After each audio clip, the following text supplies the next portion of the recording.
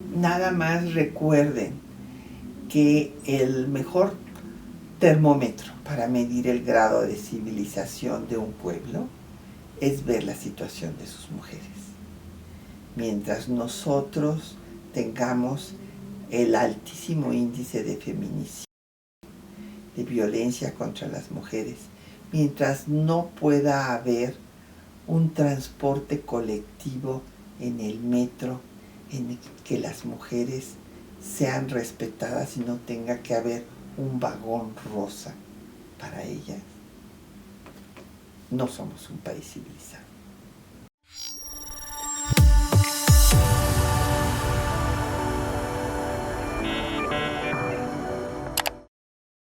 Hola, ¿qué tal?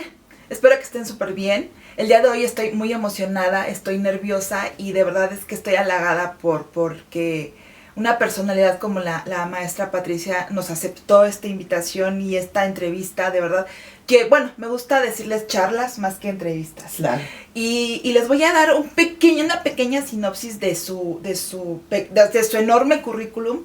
Pero a ver, miren, ella es Patricia Galeana, la maestra Patricia Galeana, es historiadora por la UNAM, investigadora, catedrática de la famosísima y muy conocida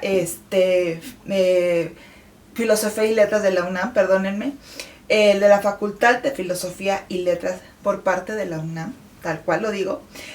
Bueno, también ella ha establecido una materia que se me hace sumamente importante, más hoy en día, que es esto de la historia de las mujeres en México. Creo que de verdad es un legado impresionante que poquito a poquito y conforme vayamos ahondando en esta charla, vayamos platicando un poco sobre esto.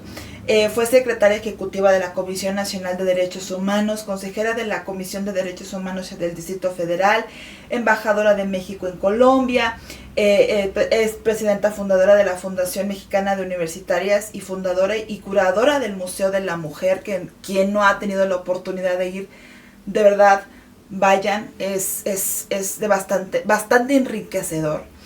Y bueno, ha recibido diversos reconocimientos, entre ellos la medalla al mérito ciudadano de la Asamblea Legislativa del Distrito Federal por su labor a favor de los derechos humanos de las mujeres. La UNAM le otorgó el premio Universidad Nacional, el reconocimiento al mérito universitario y también el reconocimiento por parte de Sor Juana Inés de la Cruz, que la Universidad Sor Juana Inés de la Cruz, que bueno, autora de 16 libros de 104 capítulos, coordinadora de 329 publicaciones, prologuista. Bueno, me puedo pasar muchísimo tiempo y toda la hora, todo el tiempo aquí platicando un poquito de su enorme currículum, de su legado que ha dejado a la humanidad, a las mujeres. Y de verdad, ustedes lo pueden detectar, estoy un poquito nerviosa y de verdad muy halagada, maestra. No, pues al contrario, muy generosa toda su presentación. Un gusto estar con usted y con todo el público que nos acompaña. Y bueno, claro, cuando uno ha vivido muchos años, bueno, pues también ha podido hacer más cosas. Entonces, bueno, pues vamos a dialogar sobre nada menos que más de la mitad de la población del mundo. Somos mayoría a nivel mundial. Híjola, sí.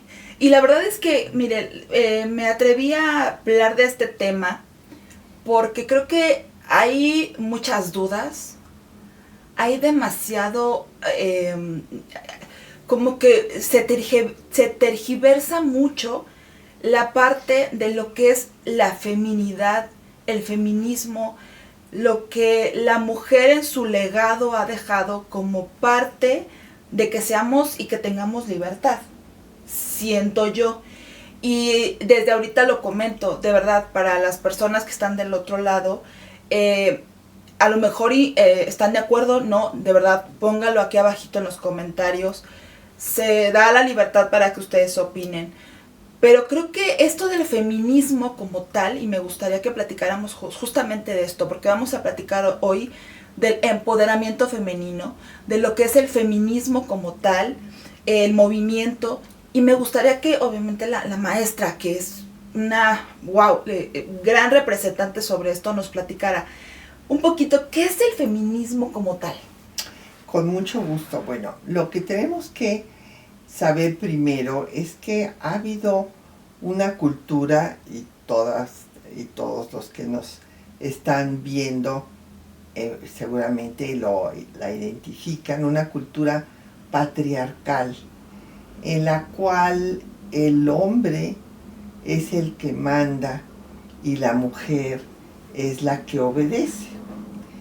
Entonces, pues a lo largo de toda la historia ha habido mujeres que no han estado de acuerdo con esa situación y con que se les limitara pues su acceso a la educación, su acceso a la vida pública, inclusive que se les negaran sus derechos de madre sobre sus hijos, sobre sus propiedades, o sea, a ser unas personas consideradas menores de edad y estar siempre bajo la jerarquía masculina.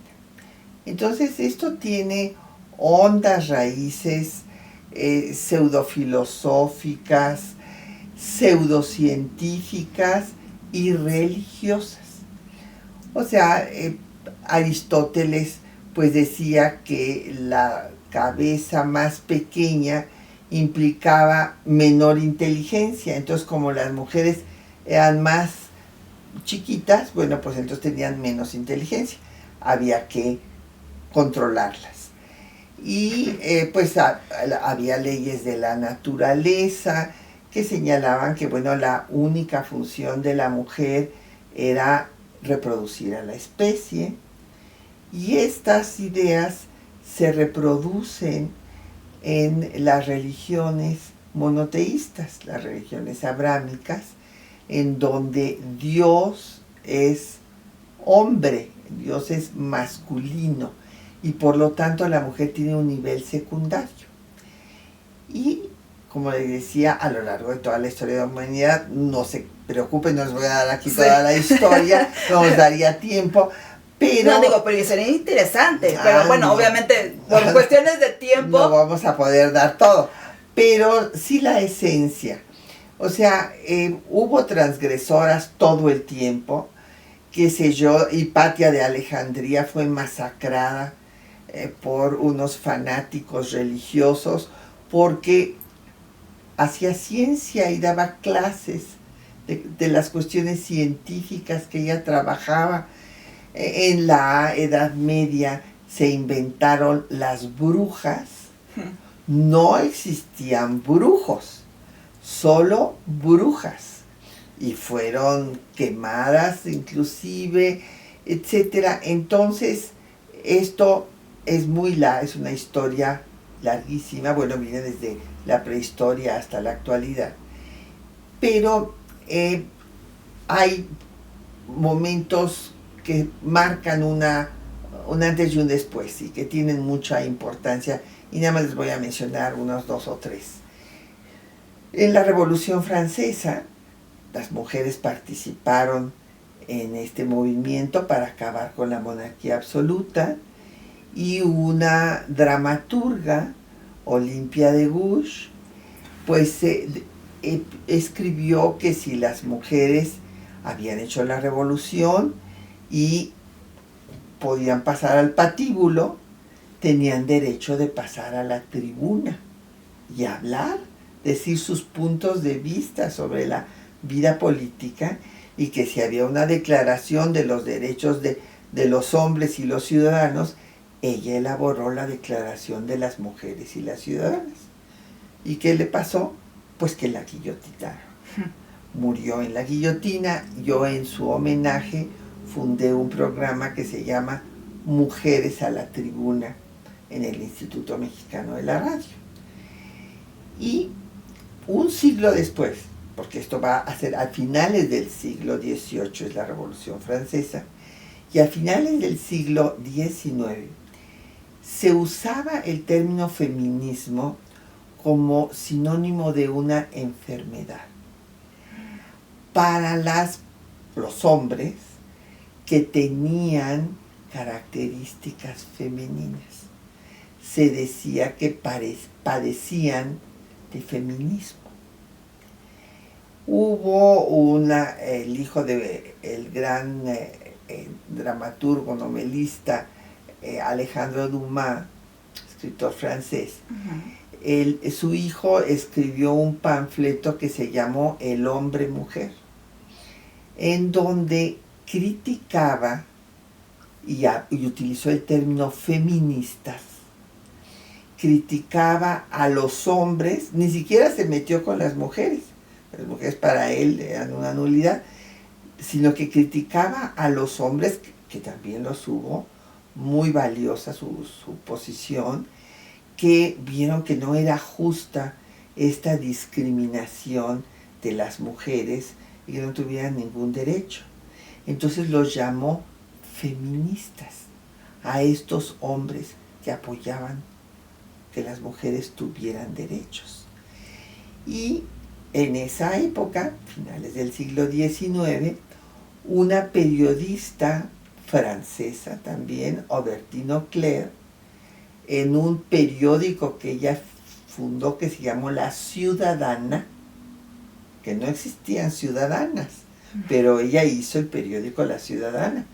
Ahí utilizó ya el término feminismo como la defensa de los derechos de las mujeres como seres humanos, ni más ni menos que lo que pueda pedir un hombre como ser humano. Sí, claro. Igualdad de derechos. Exactamente, y ese es el feminismo. A lo largo de la historia hemos visto que justo las mujeres han luchado por tener una igualdad, como lo acabamos de mencionar, pero justamente han sido agredidas, han sido silenciadas, han sido, bueno, N cantidad de cuestiones que muchos de nosotros y obviamente ustedes saben. Pero, ¿por qué o en qué momento esa lucha, por decirlo de alguna manera, no sé si sea correcto decir esta palabra de lucha, se ha tergiversado y se ha vuelto a lo mejor un poco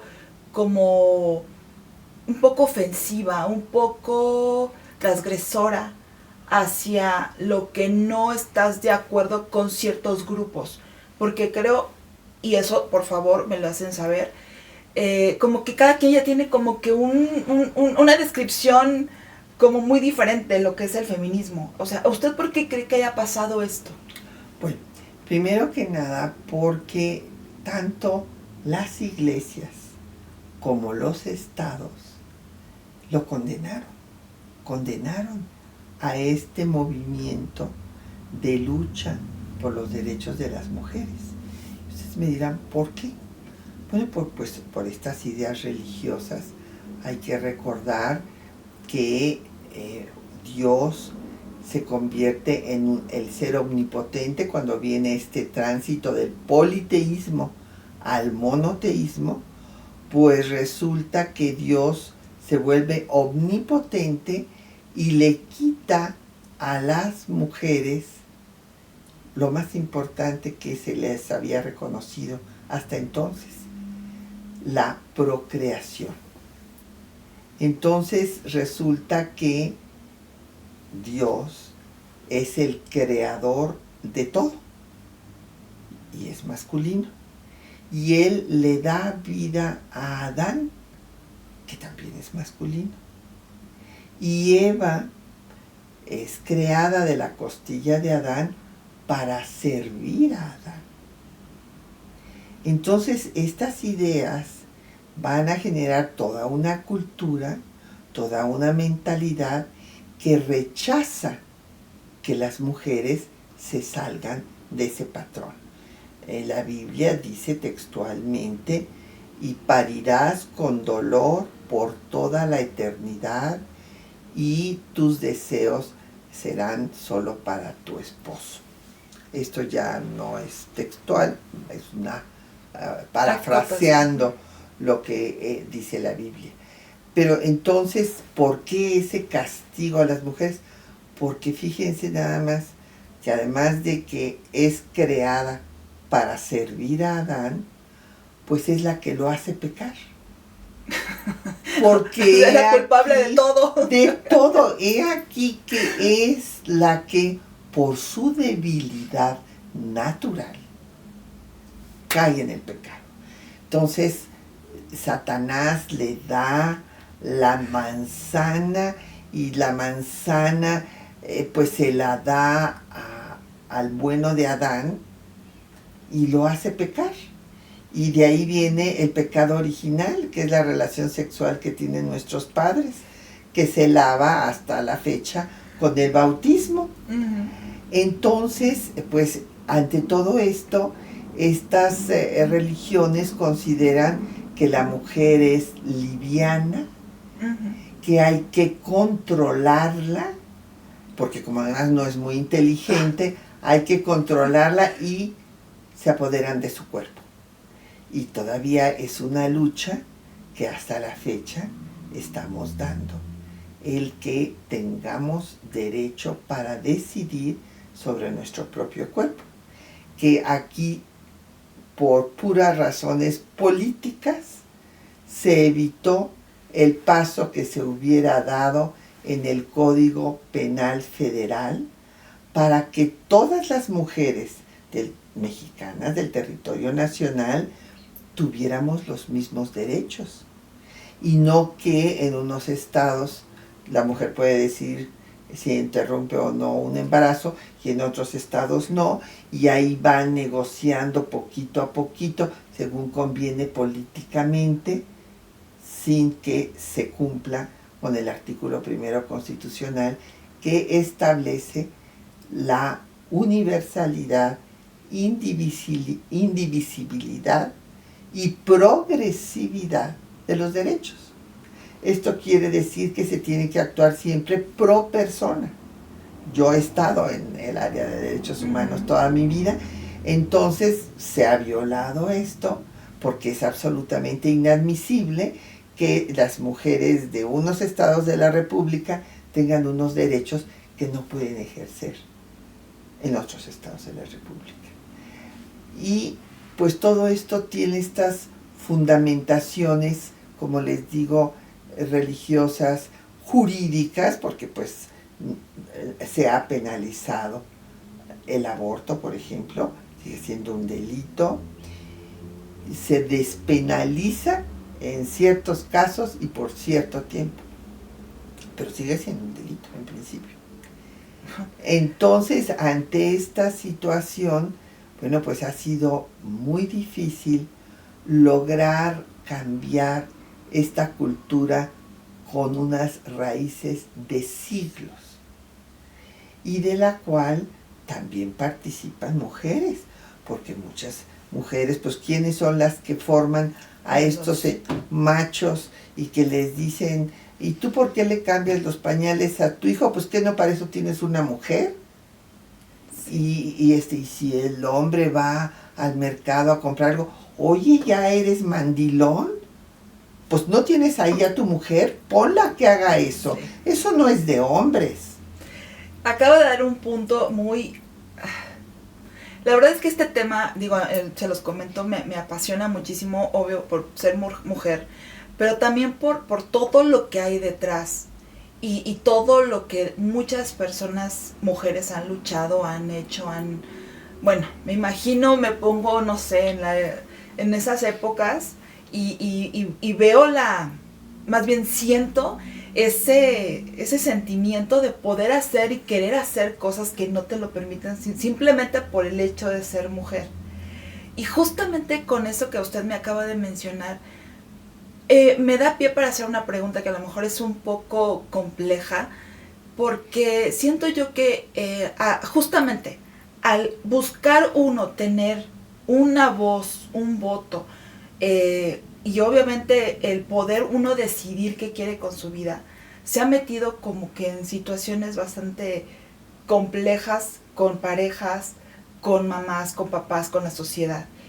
Y esta parte, no sé si es parte, ahora sí que no sé si es parte de que haya tanta, podría decir esa parte, no me gusta esta palabra, pero esa esta cuestión de odio hasta cierto momento hacia la mujer o hacia esa parte donde tú no estás dentro de la sociedad o tú me estorbas hasta cierto punto, y lo pongo entre comillas, porque yo quiero que seas de tal manera, y al momento de que no eres de tal manera, te quito, Sí, desde te luego. aplasto.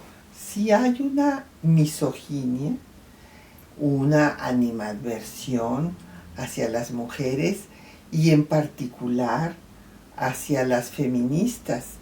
Yo tengo que compartirles que sufrí realmente la impresión más terrible que he tenido en pues casi medio siglo de ser maestra de la Facultad de Filosofía y Letras de nuestra Universidad Nacional, porque en mi facultad unas pues personas trans pusieron unos letreros en los baños, en las oficinas de la dirección, en lugares que unas pues puertas de madera que estaban desde que se hizo la facultad y que nunca habían sido pues maltratadas, ultrajadas, pero el letrero que pusieron yo no lo vi ni en Santa Marta, Catitla, que he visitado los reclusorios,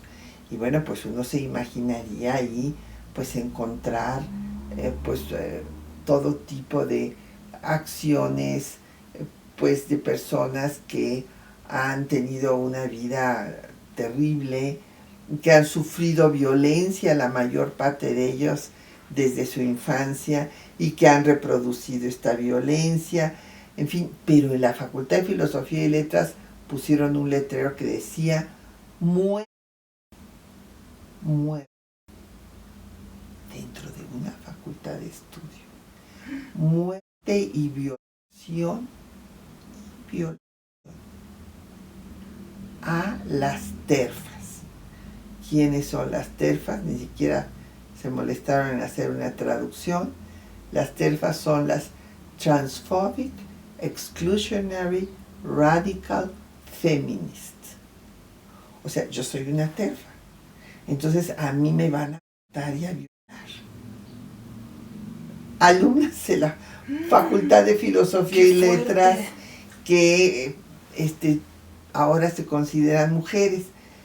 Todo mi respeto para todas las personas de todos los géneros, pero el que se defiendan los derechos de un grupo de personas no debe ser en detrimento de otro grupo de personas, y menos con esas actitudes agresivas, violentas, sí, claro. ¿No? Entonces sí, definitivamente hay una reacción y no les gusta el cambio. A unos por ideas muy conservadoras, que son las tradiciones, que esto no es para mujeres, etcétera. Los padres, bueno, les voy a decir una cosa muy fuerte, pero tengo los elementos para decirla. No mandan a las hijas a la escuela en las zonas rurales para que no se las roben, así dicen en el campo. ¿Qué quiere decir eso? Para que no las violen. Sí, claro. Pero luego acaban siendo violadas en su casa, en primer lugar por sus padres. Pero les voy a decir otra cosa más terrible. En muchas ocasiones las madres lo saben y lo autorizan. Y lo callan. Y lo callan. Y lo ocultan. Sí. Entonces, esta es algo terrible que nos debe llegar hasta lo más profundo del corazón y decir, bueno, no podemos permitir que haya este tipo de aberraciones. Tenemos que hacer un cambio cultural, acabar con esta cultura y generar una nueva cultura de paz, de respeto a los derechos humanos de todas las personas, de igualdad sustantiva entre mujeres y hombres. ¿Por qué cree que sea tan difícil el pensar justamente en que haya esa paz, esa equidad de derechos, de igualdad, pues sí, o sea, yo no le veo problema porque pues tú tengas educación, tú tengas los mismos, pues sí, lo mismo que tenemos todos los derechos como humanos. ¿Por qué cree que haya tanto, justamente esa violencia hacia lo que no es correcto, y lo pongo entre comillas? Pues sí, porque, repito, subsiste la cultura patriarcal, subsiste esa mentalidad. ¿Por qué hay tanta violencia contra las mujeres? ¿Por qué somos uno de los países con mayores feminicidios de América Latina? Y aparte muy agresivo. No nos estamos comparando con los países nórdicos, europeos, de América Latina. Porque el hombre que fue educado y se considera que para ser hombre necesita mandar, cuando su pareja no lo obedece, entonces la violenta. La violenta psicológicamente primero, luego físicamente, y hay una situación terrible que han estudiado muy bien las psicólogas expertas en este tema, de que muchas veces estas mujeres se les baja tanto su autoestima que no se atreven a salir de ese círculo. Caen así como los secuestrados, que se ha hablado del síndrome de Estocolmo, que se vuelven dependientes del secuestrador, porque es el que les da el alimento, También se da un síndrome parecido en las mujeres golpeadas, que les cuesta mucho trabajo salirse de ese círculo de dependencia y denunciar al golpeador. Y hay una cosa, yo le llamo a todas las personas que nos están escuchando, si ustedes saben de esos casos, ayuden a estas personas, pero les tienen que brindar protección, porque cuando el golpeador se entera de que la mujer se está saliendo de su círculo de dominio, es cuando vienen los feminicidios. Y algo importante que acaba de mencionar la maestra, y justo, no hay que criticar, o sea, no hay que apoyar sin juicio. De verdad que es importante y de verdad muy, muy alarmante justamente este tema.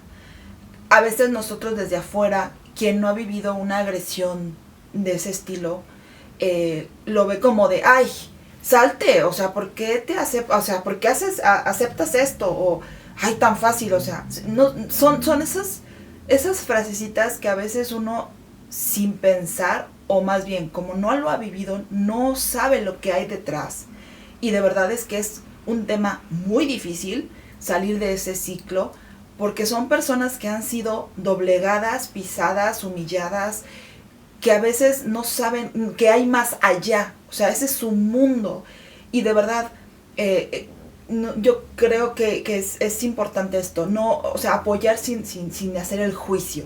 De verdad que creo que es bastante, ahora sí que lo pongo en letritas y ahora subrayado, porque de verdad que sí es un tema que me gustaría igual hablarlo con más amplitud en próximas ocasiones, si nos lo permite la maestra, pero justamente con esto, que cada vez tenemos más feministas, cada vez tenemos una tergiversación brutal de lo que es la feminidad, lo que es o sea, ahora sí que lo que es la lucha de las igualdades de las mujeres, de ser mujer.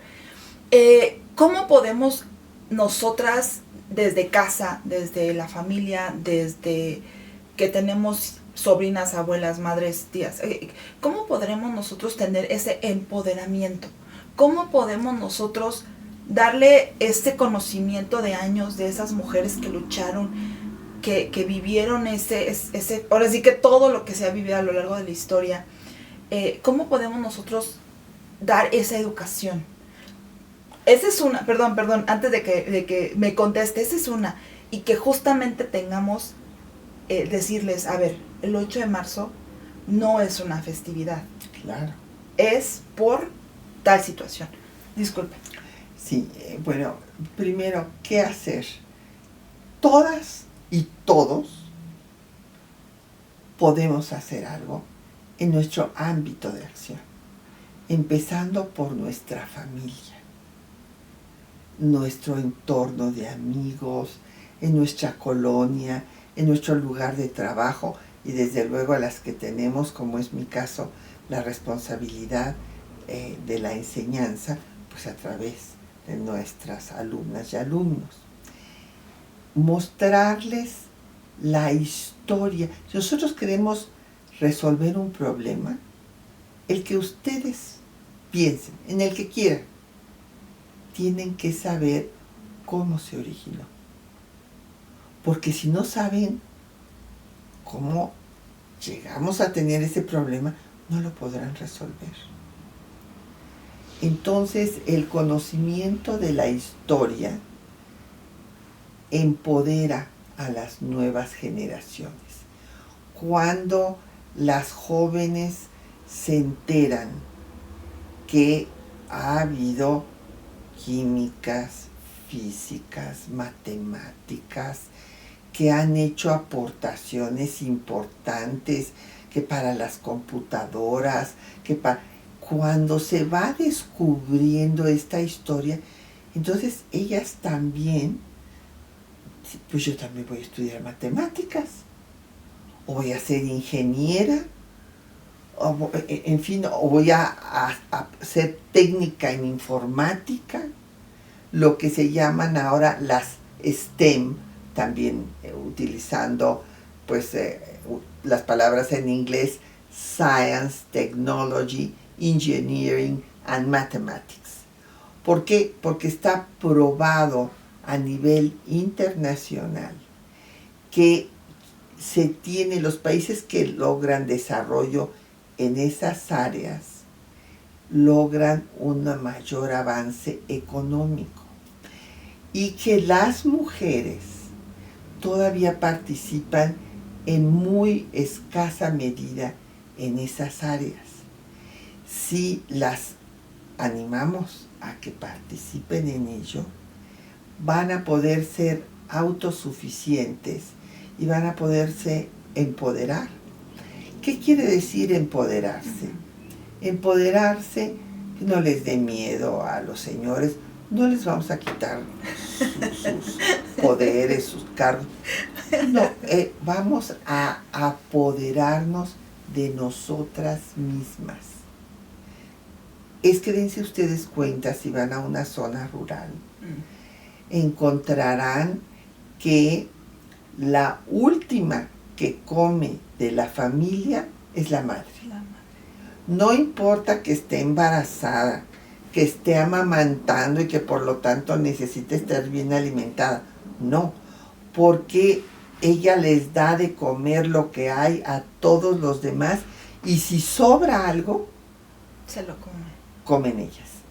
Y se sigue enterrando, como en la época prehispánica, el cordón umbilical de la niña abajo del fogón, porque ese es su lugar. Está junto al fogón y el del hombre en el campo. Entonces, esta abnegación es la negación de sí mismas. Ellas tienen que saber que si ellas están mal alimentadas, pues el producto al que van a dar vida va a traer problemas y que en lugar de ayudarlo, lo están perjudicando. Y este tipo de cosas, pues todo es a través de educación, de políticas públicas y de cumplir con la ley, de vivir en un estado de derecho. en donde no haya impunidad, en donde se cumplan todos los tratados internacionales que hemos firmado en la materia y que después vemos que las autoridades ni siquiera los conocen. Y también los tiene que conocer la ciudadanía para poderlos exigir.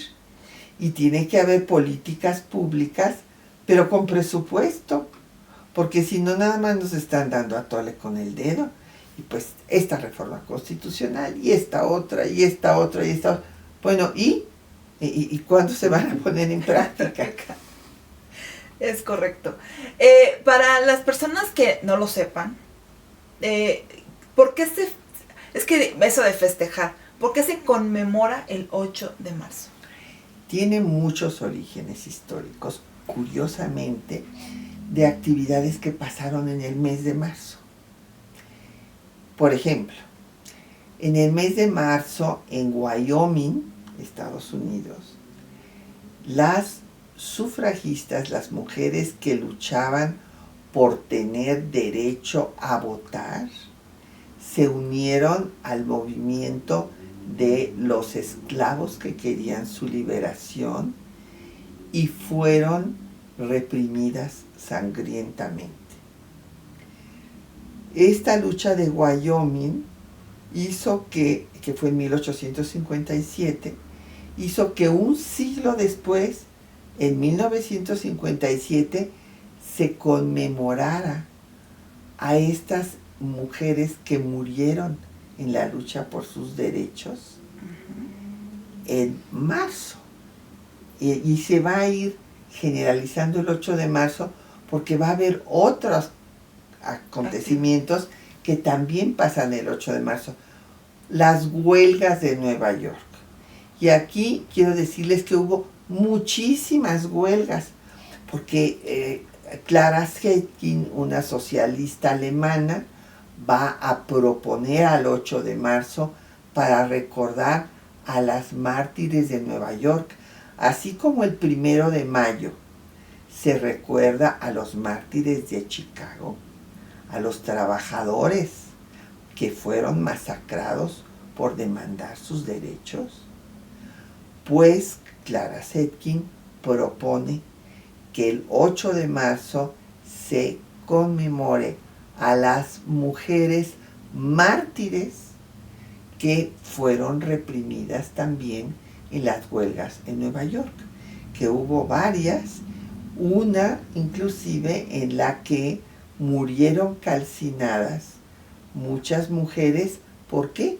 Porque imagínense que el dueño de las fábricas, para que trabajaran esas jornadas que iban de 12 hasta 14 horas, las encerraban. Y un día surgió un incendio, que algunas personas dicen que si lo provocó el mismo dueño. Esto no hay ninguna prueba al respecto. Simplemente hubo un incendio y murieron calcinadas las costureras. Uh-huh. Entonces, esas son las mujeres que nosotros recordamos ese 8 de marzo. Es un día no para que nos den flores sí. Y nos digan, ay, te felicito porque eres mujer. No. Es un día para llamar la atención, que fue propuesto también aquí en la primera conferencia sobre la mujer en México en 1975, y después en 77 ya Naciones Unidas estableció que sí, como un día internacional para recordar a estas mártires, a estas luchadoras que lucharon lo mismo en Wyoming porque se acabara la esclavitud y porque se les diera derecho al voto, que las trabajadoras de la costura que lucharon en Nueva York, en muchas huelgas que se dieron ahí. Y otro caso muy interesante que se da también en marzo, y varias historiadoras e historiadores han coincidido en que, de acuerdo al calendario juliano y el gregoriano, si se empatan las fechas, coinciden que es un 8 de marzo, las mujeres hambrientas de Rusia que estaban pidiendo que se acabara la guerra porque habían perdido a sus esposos, a sus hijos, y no había pan para sobrevivir, fueron a San Petersburgo a pedir pan y murieron masacradas. Y fue uno de los antecedentes de la Revolución Rusa. Wow. Entonces no manden flores, por favor, ese día. De verdad que no. Es un día para conmemorar la lucha que han hecho muchísimas personas a lo largo de muchísimo tiempo.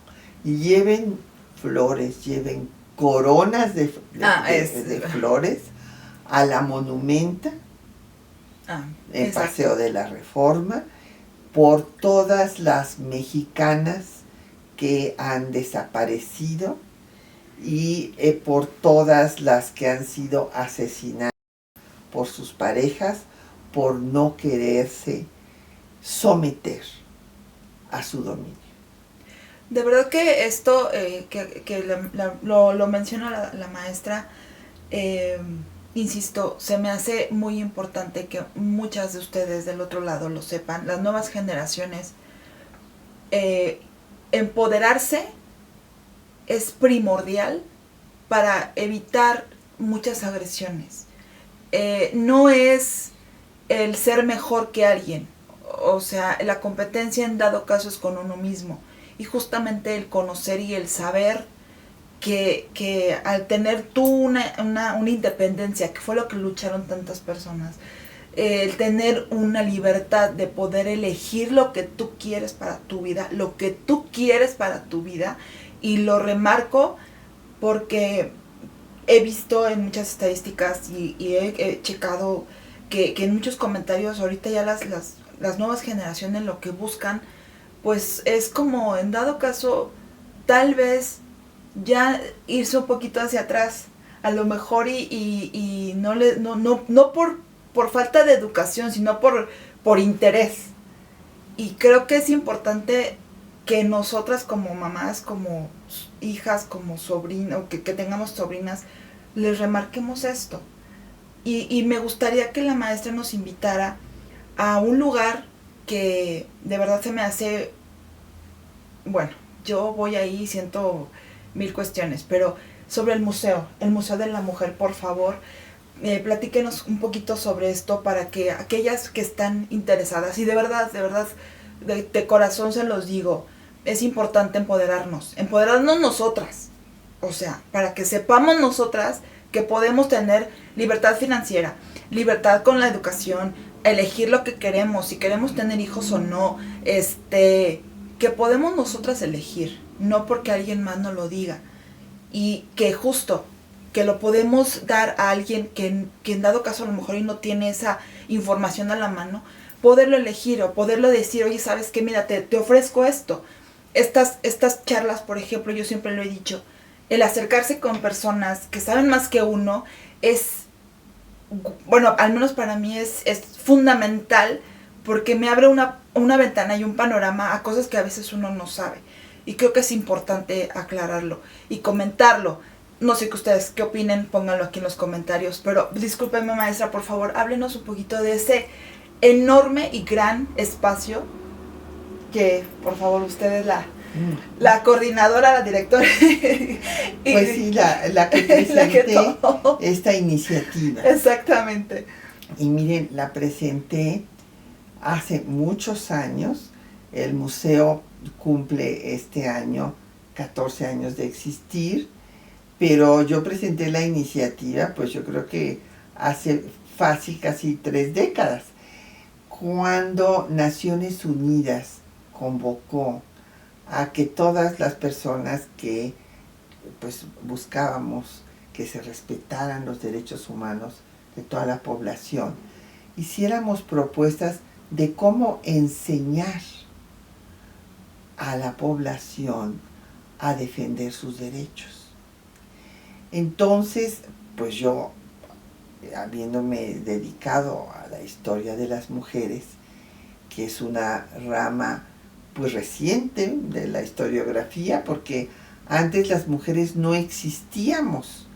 Imagínense que en los censos que se hacía en las haciendas del siglo XVII y XVIII en la Nueva España, se ponía cuántas hectáreas de tierra tenía la hacienda, cuántos bueyes, cuántos sacos de maíz producía, pero no mencionaban cuántas mujeres había.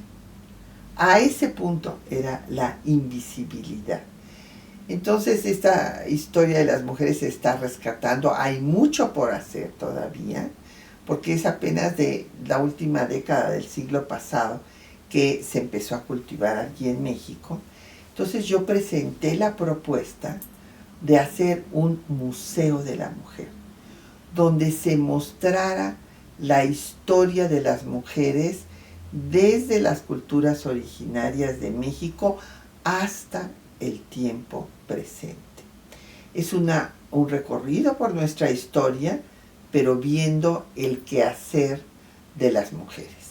Y está acompañado de obras de arte que nos han donado artistas muy connotados, como Esther González, que hizo una Sor Juana ex profeso para el museo, Guillermo Ceniceros, que también nos hizo unas pinturas maravillosas sobre la equidad, de Sebastián, con una gran escultura de un vestido, y otras obras que nos han donado pues las esposas de quienes ya se han ido, de doña María O'Higgins, de Pablo Higgins, de Raúl Anguiano también tenemos obra, y nuestro emblema es una obra de Bolívar. Entonces también vayan a conocer estas obras maravillosas.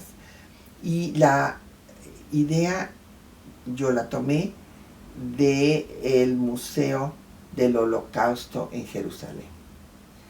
Es una tristeza que esté pasando lo que está pasando con Gaza, pero he tenido la fortuna de conocer pues los museos en todas partes del mundo, podría yo decirles, y ese museo me impactó terriblemente cuando salí de ahí y dije, es que esto no puede volver a pasar.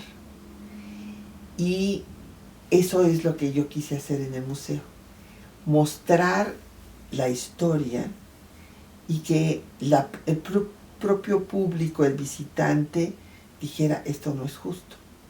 Y lo logré con un comentario conmovedor de un señor que puso, soy obrero, tengo 54 años, de veras que la han tenido difícil las mujeres. Punto. Eso me emocionó profundamente porque dije, este señor obrero, pues seguramente va a respetar a su esposa, va a alentar a su hija para que estudie, para que haga lo que ella quiere, porque sin decirlo en ningún lado del museo, él solo llegó a esa conclusión de que no era justo lo difícil que le habíamos tenido las mujeres. La verdad es que ha sido una labor titánica. Quiero pensar. Sí, llevó 15 años lograr nada más un espacio. Tuvimos muchos pintores y pintoras que nos donaban obra y hacíamos subastas, pero pues no nos alcanzaba para comprar ningún edificio. No, entonces, afortunadamente nos acogió la UNAM y nos dio la casa de la antigua imprenta universitaria, y eso me pareció muy bonito significar, que en donde se hicieron los primeros libros de la universidad para que todas sus estudiantes pudieran tenerlos a bajo costo, ahí se hiciera el Museo de la Mujer. La verdad es que ahora sí que invite a las personas que nos están viendo ahora sí que de aquí a ahora, qué hora está abierto, qué días y todo, sí, para que justo yo creo que sería una increíble conmemoración el que vayan a ver justamente ahora sí que lo que hay en el museo. Pues en efecto estamos en la calle de Bolivia 17, en el centro histórico, a unas cuadras de la Plaza de Santo Domingo, para que ustedes nos ubiquen. Y estamos abiertos de 10 de la mañana a 6 de la tarde, de martes a domingo. Y bueno, el martes es entrada gratuita, aunque miren, la tarifa es verdaderamente simbólica, son 20 pesos, pero a los estudiantes con credencial, a los maestros con credencial y a las personas del INAPAN solamente son 10 simbólicos pesos. Y es un museo que yo creo que les va a gustar porque está hecho con una museografía contemporánea, o sea, con pantallas interactivas, recreaciones en tercera dimensión y videos, muchos videos. Así es que tómense su tiempo, porque para ver todo esto pues se lleva un par de horas.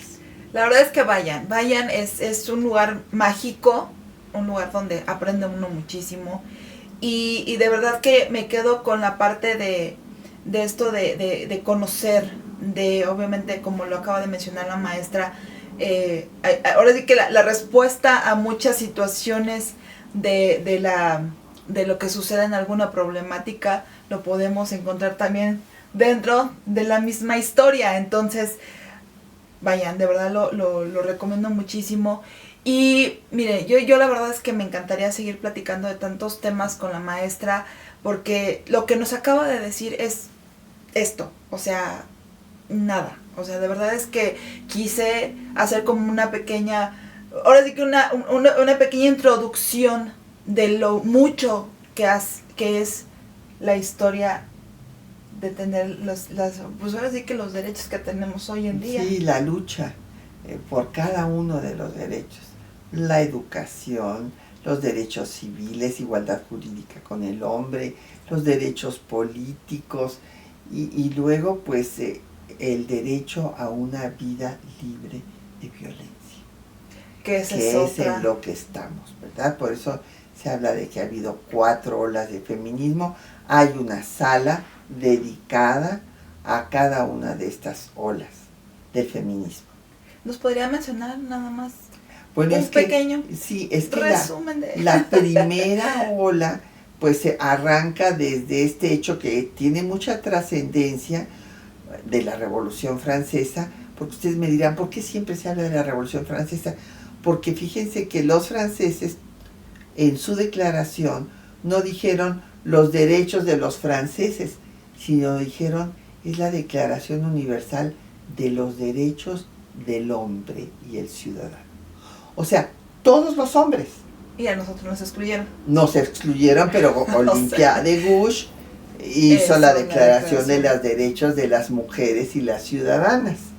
Y de ahí, pues, viene esta ola por todos los derechos, como les digo, el derecho a tener una participación en la toma de decisiones, en la vida pública, a ser ciudadanas, precisamente, los derechos civiles, y se desata los movimientos sufragistas en el mundo, que básicamente esa es la primera ola.